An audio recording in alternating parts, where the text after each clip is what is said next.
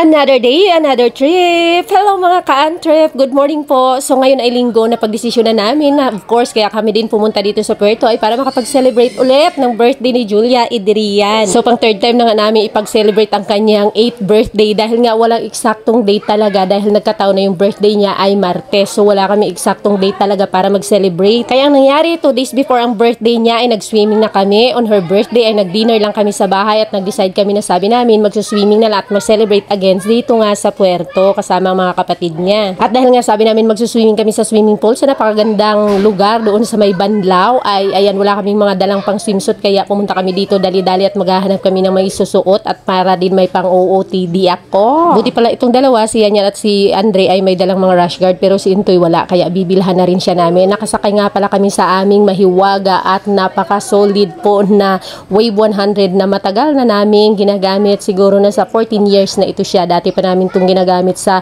aming maliit na negosyo, deliveran itong motor na ito at naka-top down ito dati pa. Ngayon naman, ginawa na ito ni RS ng bagong top down, maliit lang na version kasi sira na yung luma niyang top down na nakakabit talaga dito. So napakainit ng panahon pero wala tayong payong-payo at hindi tayo nakapag sunscreen pero go lang ng go kasi malapit lang naman ang pupuntahan namin at ito nga si Adrian naka-rash guard na so babilhan na lang talaga namin si Intoy at bibili ng floaty. Hindi ko alam kung bakit mga bata ko ang hilig mang swimming na hindi ko naman niya hilig. Nga pala ito napadaan tayo dito sa Wilcon. Hindi ko alam kung totoo ang chismis na kay Willie daw ito. Willie Construction. Ewan ko paki-comment kung sino nakakaalam ng katotohanan sa chismis na iyan. At nandito na nga tayo. Nakarating na tayo dito sa ating pagbibilahan ng ating rash guard ni Intoy at naisip kong bibili na lang din pala ako ng pang OOTD dahil wala din akong pang swimming. Para makapag-picture tayo mamaya, diba? Mabilis ang ano lang ito, shopping, small shopping. Kung baga ang init-init mga ka-antrep. At iyan nga, ako'y pupunta sa swimming pool pero nakapantalon dahil wala akong dalang short, wala akong dalang pang swimming. Siguro syempre change outfit na lang tayo mamaya.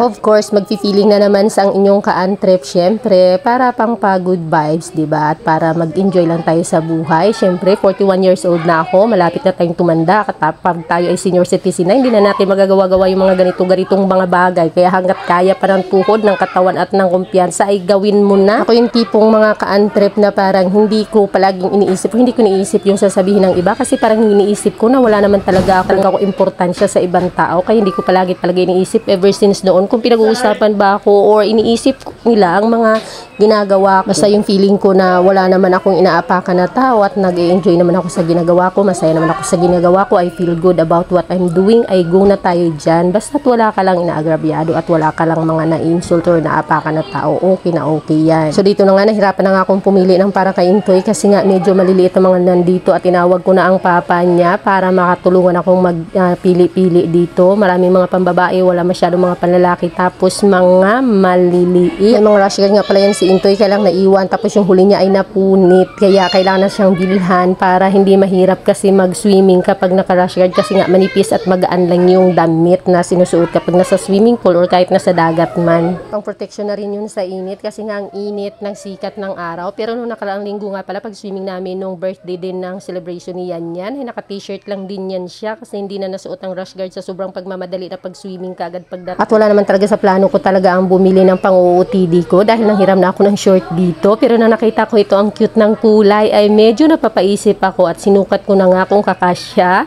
at kung magkakalaman ang ating hinarap dyan. So feeling ko naman parang okay at maganda. Nakyutan ako sa kulay niya kaya syempre go na lang natin to para may pang-OOTD tayo mamaya at may pang pa-picture, pampa-inspired at pampa-good vibes lang mga ka-antrep. Medyo nahirapan na nga ako mga ka-antrep magsukat-sukat at magtansya ng sukat dahil medyo lumaki naman talaga ako at medyo bumigat ako mga ka-antrep dahil hindi na nga ako nakakapag-zumba, hindi na ako nakakapag-exercise at medyo gumagana tayo sa pagkain itong mga nakaraang buwan. Ang nagustuhan ko lang din talaga sa aking timbang mga ka-antrep kasi kapag ginusto kong magpababa ng timbang, nag-exercise at diet lang ako, mabilis akong bumaba ng timbang at mabilis din akong tumaas ang timbang.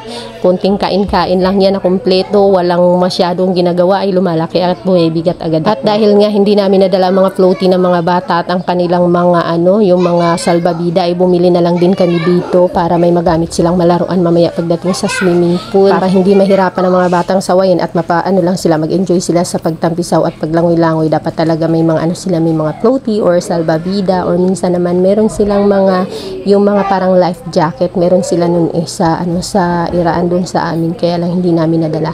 So bayad-bayad na nga tayo mga ka-antrep at hindi ko nga ina-expect na itong pinamili namin mga ka-antrep. Akala ko hindi aabot ng 1,000. Ay, sumubra pa pala. Wala na talagang mura sa panahon ngayon. Walang bumababa, palaging tumataas. Panty na lang ang bumababa mga ka-antrep. At natapos na nga tayo sa ating konting pa-shopping para sa ating pang OTD at pang rush guard lang. Kaya let's go na mga ka-antrep. Sana ay happy din na yung Sunday. Bye-bye. Please follow and share. Happy Sunday mga ka-antrep!